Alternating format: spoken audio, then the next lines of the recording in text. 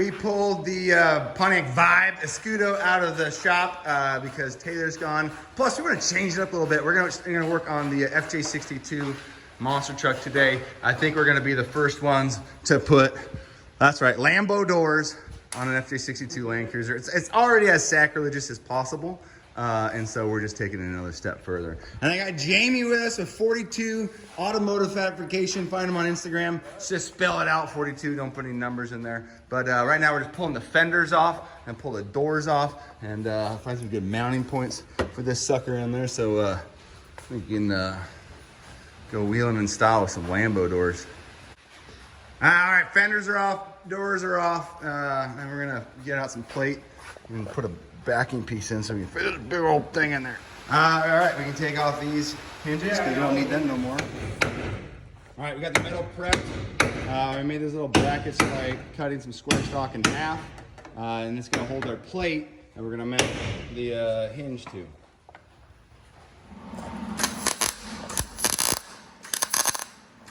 Got the old plasma torch out and cut these mounting plates up while Jamie is over here fabbing up the mount. I'm gonna start zapping it all together.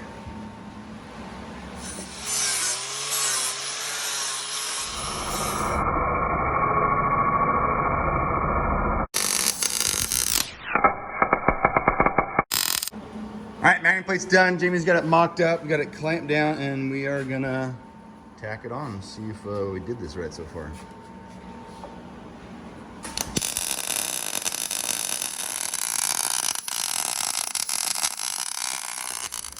We had put the original hinge back on to line it up on the bottom. So we had to pull that off, but Jamie's got everything tacked in here. Let's see if it our dreams of Lambo doors on the romper stomper. Okay, all right, give us a lift.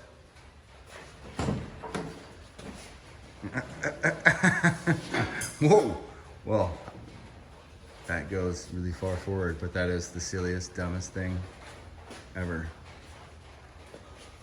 Okay. Sweet action. Apparently, Jamie just figured out this is a bolt-in kit because that is actually fitting into the hinge there. So we don't know for sure if the geometry is gonna work here, but it's very serendipitous. For anybody else looking to install Lambo doors on your FJ62. Okay. Let's see if the geometry works here. We're just a bunch of lucky idiots. Shut up. Okay.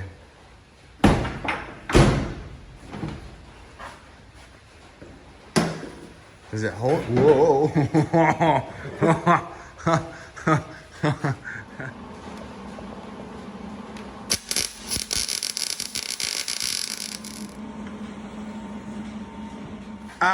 Okay, I am extraordinarily happy with how this turned out. Jamie, you are a wizard. If anybody needs custom fabrication done, they can find them on the Instagram. What's the handle again? 42 Automotive Fabrication. 42, spelled out, not letters. Automotive Fabrication on the Instagram. I'll link them here in the video. But yeah, if you got some off-the-wall projects, Jamie's your guy. He also helped with that thing over there and a bunch of work on the Miata. And yeah, if things need to be done well, I call Jamie. Okay, it's Tuesday, back in the shop. Jamie, unfortunately, isn't here today, so we're left with me welding, which, you know, for this application is going to be fine because you're not going to see very much of it. But I got the plate all mounted up here, got it welded on. I'll show you a little, so I can show you the good part, or the halfway decent part. I'm sure that's terrible, but for somebody who doesn't weld a lot and has never been that good, that's fine. The rest is actually worse, but we're gonna get the latch mounted up, kind of the same as we did yesterday, so we'll fast forward. All right, a few welds later, and we are on, and she works. Now just gotta throw the thingy-do on there, and we'll get to work. That's not terrible. Still cracking me up how these fit into the OEM spots on both the new bracket and the Cruiser. Oh, hi, doggo. Oh, I did it. Look, I put it on backwards. All right, now we got it screwed into the bottom. We're gonna lift her up, so I can get it uncompressed, because this thing's got so much charge in it. We gotta install it in its most extended form. Okay, strut's installed. Boom, perfect.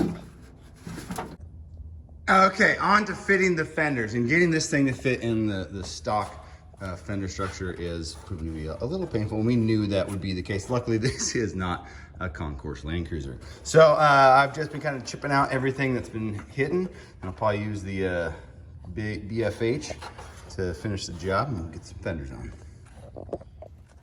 Okay, I've got the fender pretty much hung. There's a little spot where it's binding up on the little hinge itself.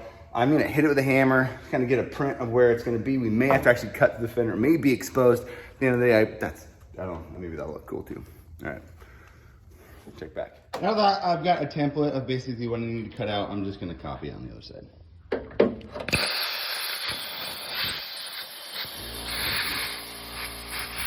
All right, we got both fenders loosely mocked on. I'm gonna start bolting it up, but what's gonna happen next isn't gonna be pretty, because there are parts of this thing that do not fit inside the fender, and so I'm gonna have to cut around it until I get the door open and whatnot. But you know, this thing's like, oh, I can't say that. This thing's like just a catastrophe already, so it's perfect. All right, got the fenders all done on both sides.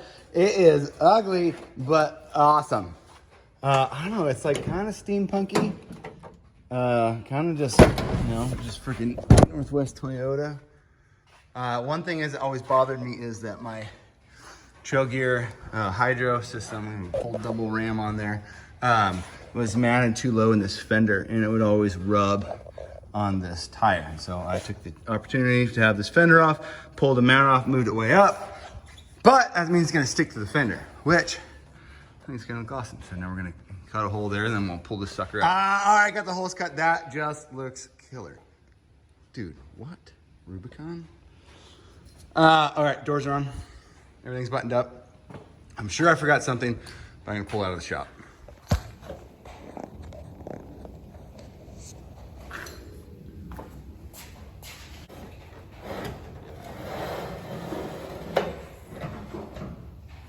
I already noticed something I need to fix.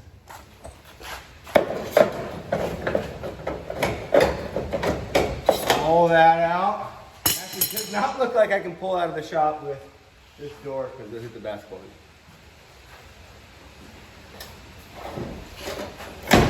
We'll go on the driver's side because there's no basketball hoop. World's first FJ62 with Lambo doors. Show me another one. Much less, I'd say first 60 series with Lambo doors. Much less, probably the first and only 62 on 49-inch tires as well. Let's go for a canoe ride or something. Oh my God, I'm gonna back it up.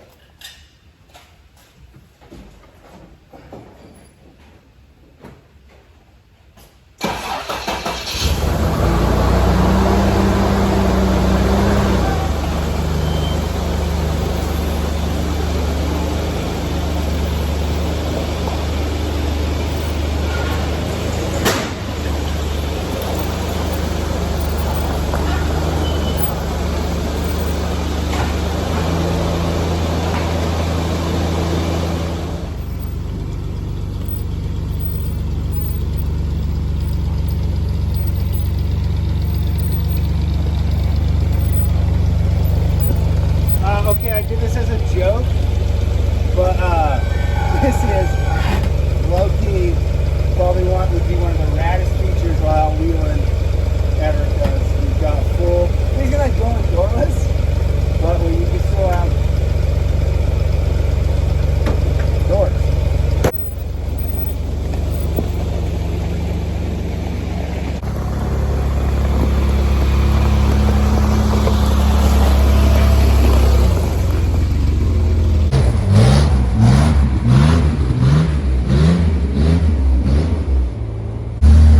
This is ridiculous. Visibility is unreal. I mean, you don't need to see those blind spots. We'll go down the trail in the next video. We're gonna keep it on the road right now, but this is, man, I've been sitting on these Lambo hinges forever. I've been waiting to do this Lambo kit on here forever, well over a year. Thanks to Jamie Baxter, 42 Automotive Fabrication on Instagram. Look him up. He does amazing tube work. He did all the tube work on the Seafoam dirt rack. So, dude, so amped. So amped.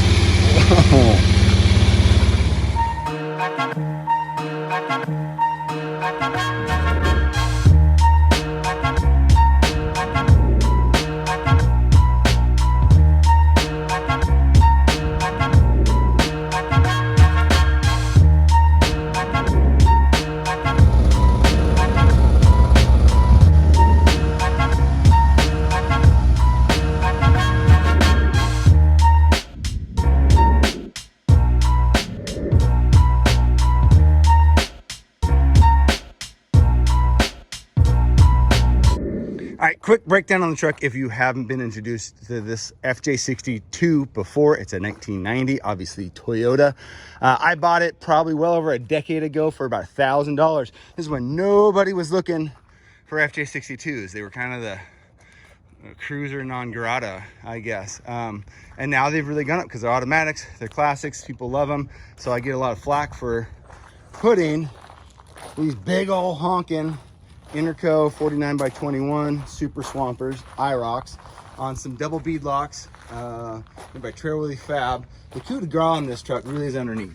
That's the Crawl King axle with the Axle Tech portals. By far, the most these axles are worth more than all of my other cars put together, to be honest.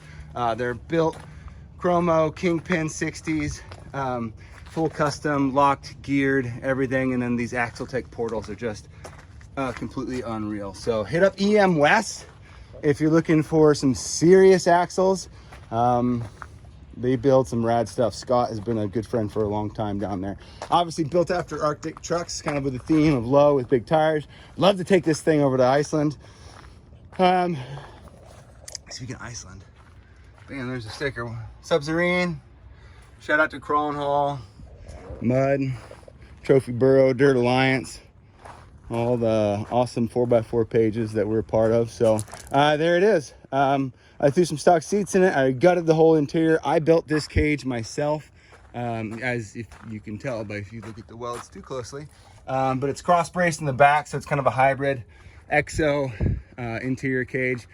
I don't like full exos, and I don't like necessarily full interior cages too.